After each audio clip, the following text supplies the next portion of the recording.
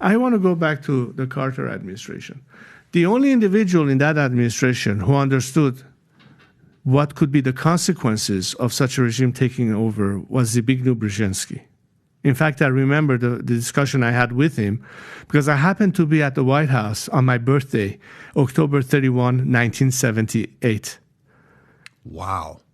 You're at the White House October 31st, 1978. I flew up from Reese Air Force Base. That's where I was training. I came to Washington. I had a short meeting with President Carter, and we had a longer discussion at the time with our ambassador at the time, Ardeshir Zahedi, and we were together with Zbigniew Brzezinski. The rest of Cyrus Vance, Gary Sick, Clark, all of those guys were completely on this premise of let's create a religious belt to contain communism from spreading into the area. That was the theory of the Carter administration.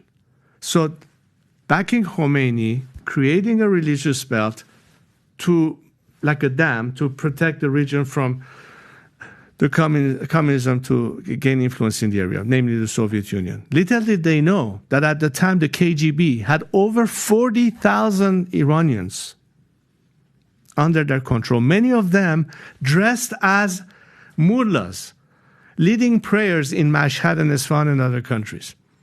They already had their influence. They were already there. Did your father know? Did he already know or no? Didn't he warn so many governments that if I go, Iran will become Iranistan? It was not less than a year after he left that the Soviets invaded Afghanistan. I mean, look at the whole downfall, the domino effect that it took. But that was the leading theory of the Carter administration at the time, containing communism. When that backfired, and Saddam took advantage of a weakness of the Iranian military because most of their heads were being executed by the revolutionary regimes. Many of our officers, our best officers, were executed. And he thought that it would be a preventive attack vis-a-vis Iran, who was trying to already gain territory, which propelled us in the war. But the reason you had a problem with Saddam Hussein, mind you, many years later, when you had the Desert Shield and Desert Storm and the invasion of Kuwait, was because of Iran in the first place. Let's not forget that part. So when today you see that the same degree of weakness that Carter showed at the time, and today you see the same signals of weakness vis-a-vis this clerical regime to embolden them to go further, it's pretty much the same rationale. It's a continuation of the same rationale. You know, it's interesting. Nixon in his book said he would have preferred for the Shah to have been more brutal. And he even said this in a book, and he said it in an interview as well. But can you pull up the clip, Rob, of President Ronald Reagan, what he said? There's two clips. If you can just play both of these clips, go for it. The degree of unpopularity of a regime when the choice is total authoritarianism, totalitarianism, I should say, in the alternative government, makes one wonder whether you are being helpful to the people. And we've been guilty of that.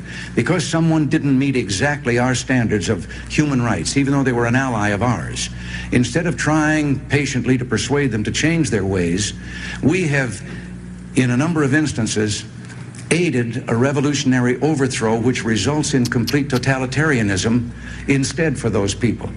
And I think that this is a kind of a hypocritical policy when at the same time we're maintaining a détente with the one nation in the world where there are no human rights at all, the Soviet Union. I did criticize you can pause that right there. That's for the audience. That's a 1980 presidential debate. Depends on what platform you listen to this, whether it's Spotify or podcast or YouTube. He's calling out Carter in this debate. And then the second part is even clearer than this one. If you can play the second one.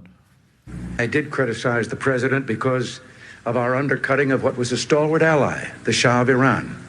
And I am not at all convinced that he was that far out of line with his people, or that they wanted that to happen.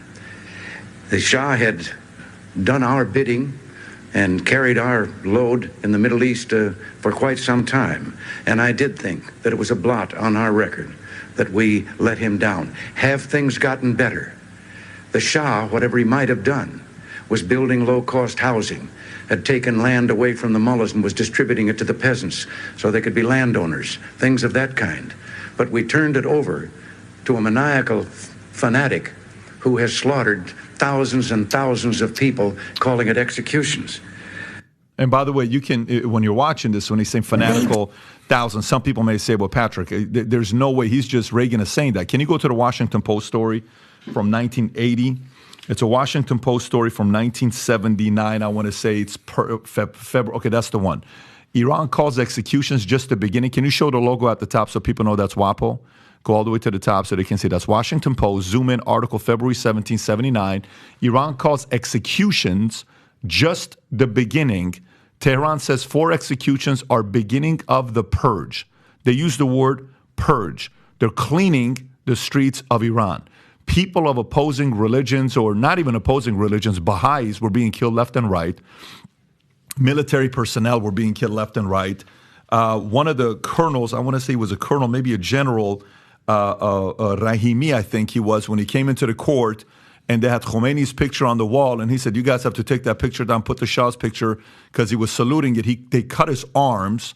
One of the most famous performers in Iran, Farrokhzadeh, I think that was his name, if I'm not saying his name correctly, you know who I'm talking about, the gentleman who was he was like the Jimmy Fallon or the Jimmy Kimmel. He was found in his hotel in Germany, killed left and right. By the way, try being gay in Iran right now for the people that are the liberal leftists that would like to see that taking place in Iran.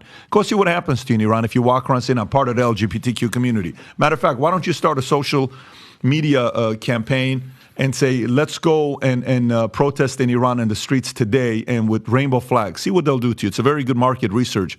It won't last a long time because you'll be meeting St. Peter or whoever your God is very quickly if you do something like that.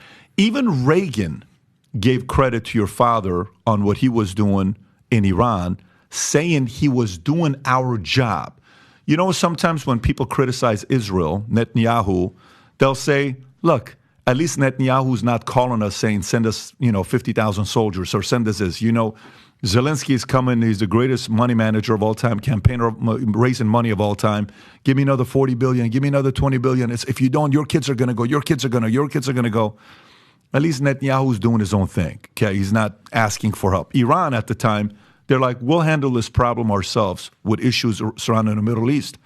But when you see Reagan saying that in the 1980 debate, then, he gets elected. The moment he does, within minutes, Khomeini releases prisoners of war because they had that level of fear with them. Do you think our current president is more of a Jimmy Carter or more of a Ronald Reagan comparison, who we have today? It's interesting you say this because it just popped in my mind something that is quite telling, and that is on this whole final release of the hostages in the Iranian embassy in Tehran. There's something similar in the sense that, the left here has been criticizing the Trump administration of pulling out from JCPOA, and that was the reason to, in fact, increase the rate of enrichment and all that. The fact is that it was not until 2 days after the new administration, now in place in Washington, won the elections that they started enriching, not before. Wow. It's a little bit of a parallel between very much so, the release of the hostages. What I'm trying to say here is that whether it was at previous time for those who were in opposition to the previous regime, and now they are in power after the revolution, the reaction to strength coming from the outside is one and the same. As much as they saw that Carter is weak in not supporting the Shah, that emboldened the opposition against my father at the time, and the fact that now they're in power, the same weakness that America is now demonstrating is again emboldening them. As opposed to in the past 4 decades, every time America showed strength, they stepped back, they pulled away. There's a direct correlation between the two. So if you like this clip and you want to watch another one, click right here. And if you want to watch the entire podcast, click right here.